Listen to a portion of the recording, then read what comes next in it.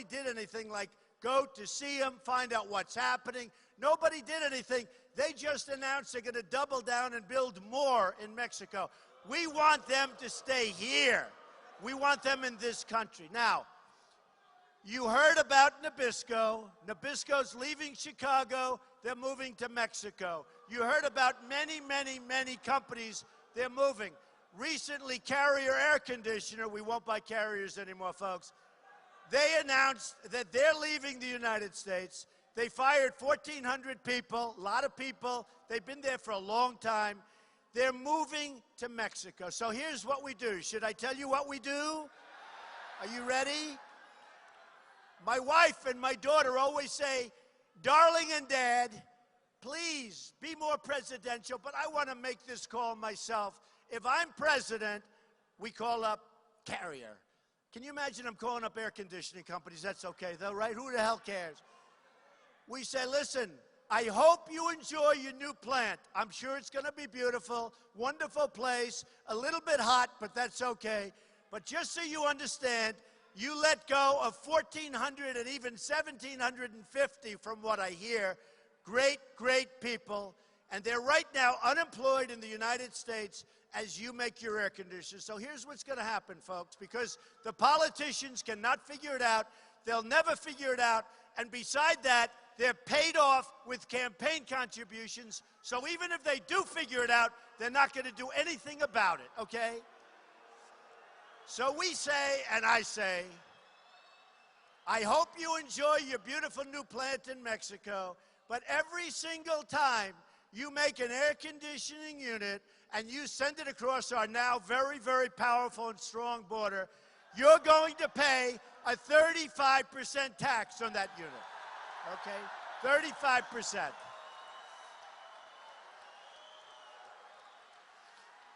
And here's what is going to happen.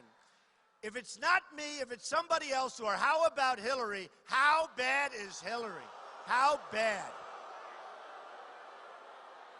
How bad is Hillary? How bad? So if it's Hillary, or if it's Cruz, it can't be Cruz. You'd never win. By the way, I will beat Hillary so badly in the general election.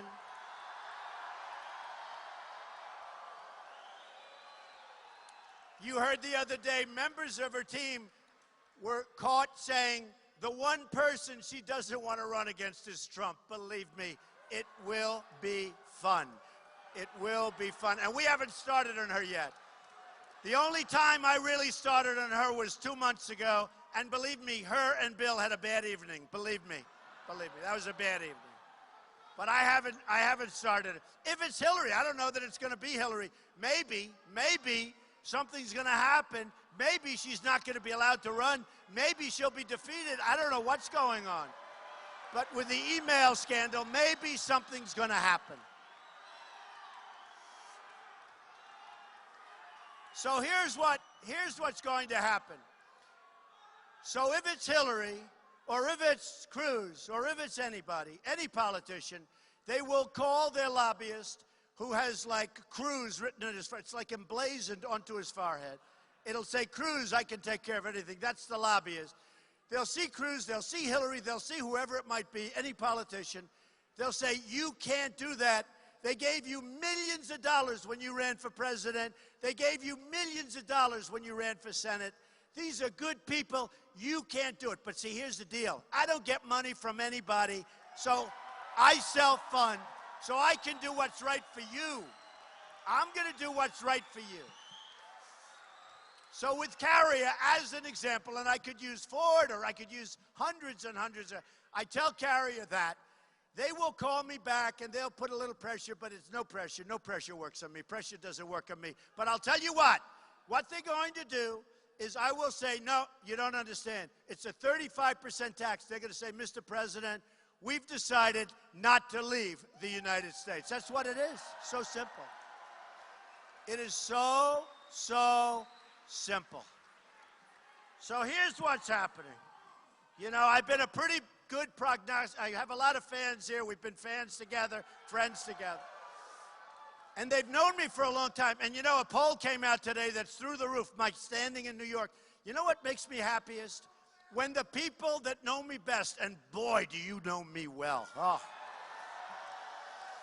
But when the people that know me the best think so much that it have poll numbers that nobody can believe. So we're going to do great. And I have to say, in 2 weeks, meaning 2 weeks from yesterday, go vote. Because we have momentum, we have a movement, and we're going to turn this country around so fast. So fast. So you have to get out and vote.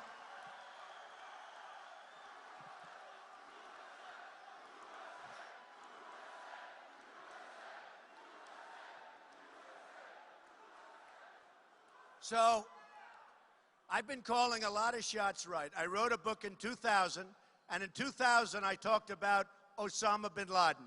2 years before the World Trade Center came back. Nobody even understands that.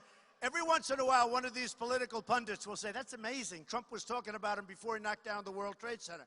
We have to know what we're talking about. I've been talking about take the oil for what? 5 years? Take the oil, take the oil, take the oil. You know who has the oil now? ISIS has the oil. Iran has the oil. Because our politicians are incompetent. They don't know what the hell they're doing. And you know, it's so unfair because the press is so dirty. The press is so bad. I was asked,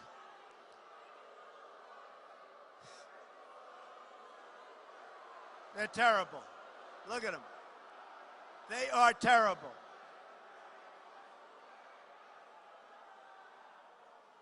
No, they're terrible people.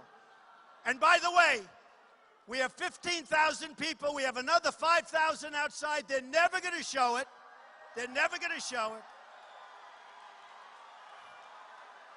You'll go home to your families tonight. You'll say it was unbelievable. And your wife or your husband will say, darling, were there many people there? And you know why she won't know? Because she watched it on television. It's on all the televisions. It's all live. I'm always making these live speeches. It's crazy. I'd love to do it like the other guys. Nobody covers them. They could just go over and over and boring. But nobody shows up. But you're going to go home tonight, and your wife or husband will say, were there many people there? Because the cameras never want to scan my audiences because they're so big and so incredible.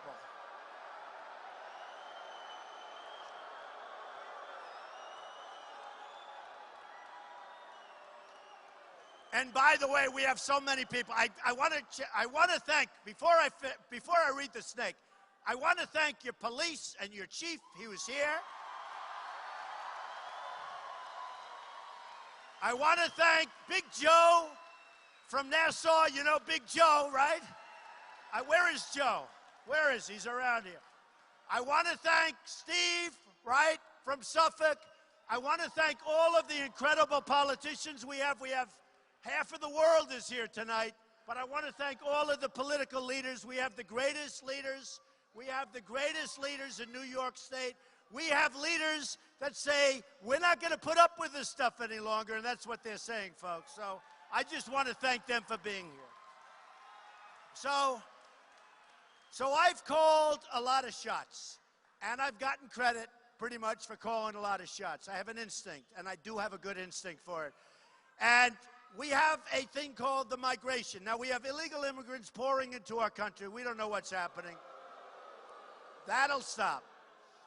But we have the migration, and we have people coming in by the thousands with no documentation, with no paperwork. We don't know where they come from. We don't know who they are. You watch what happens. It could be ISIS. I hope it's not. But you watch what happens. You see what happened in Paris. You see what happened in California with the two young people, got married, they worked, they shot 14 people, killed them, they became radicalized, and we're not gonna put up with it, folks. We're not going to put up with it.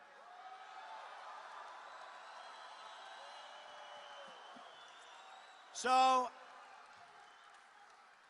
this was written by the great Al Green. It was a song. And I thought it was great. Now, when you think of this and when you listen to the words, remember what I'm saying. When you listen to the words, you have to think about people pouring into the country.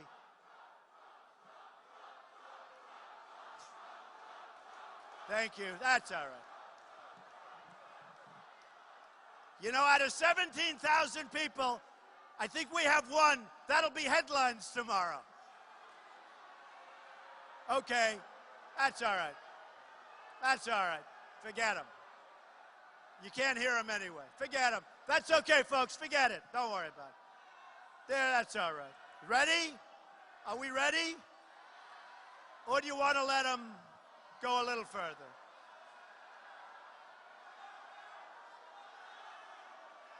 You want him out? All right, get him out. Get him out, please.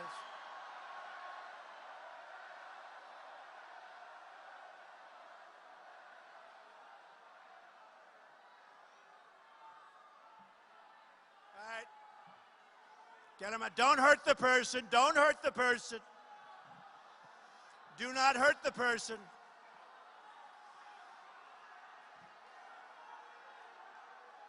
Yeah, don't hurt him. Don't hurt him.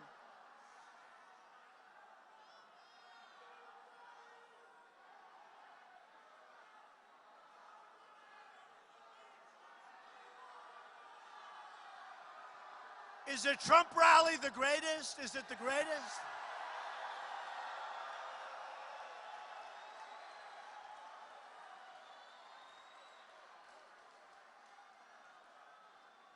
All right, good. Get him out.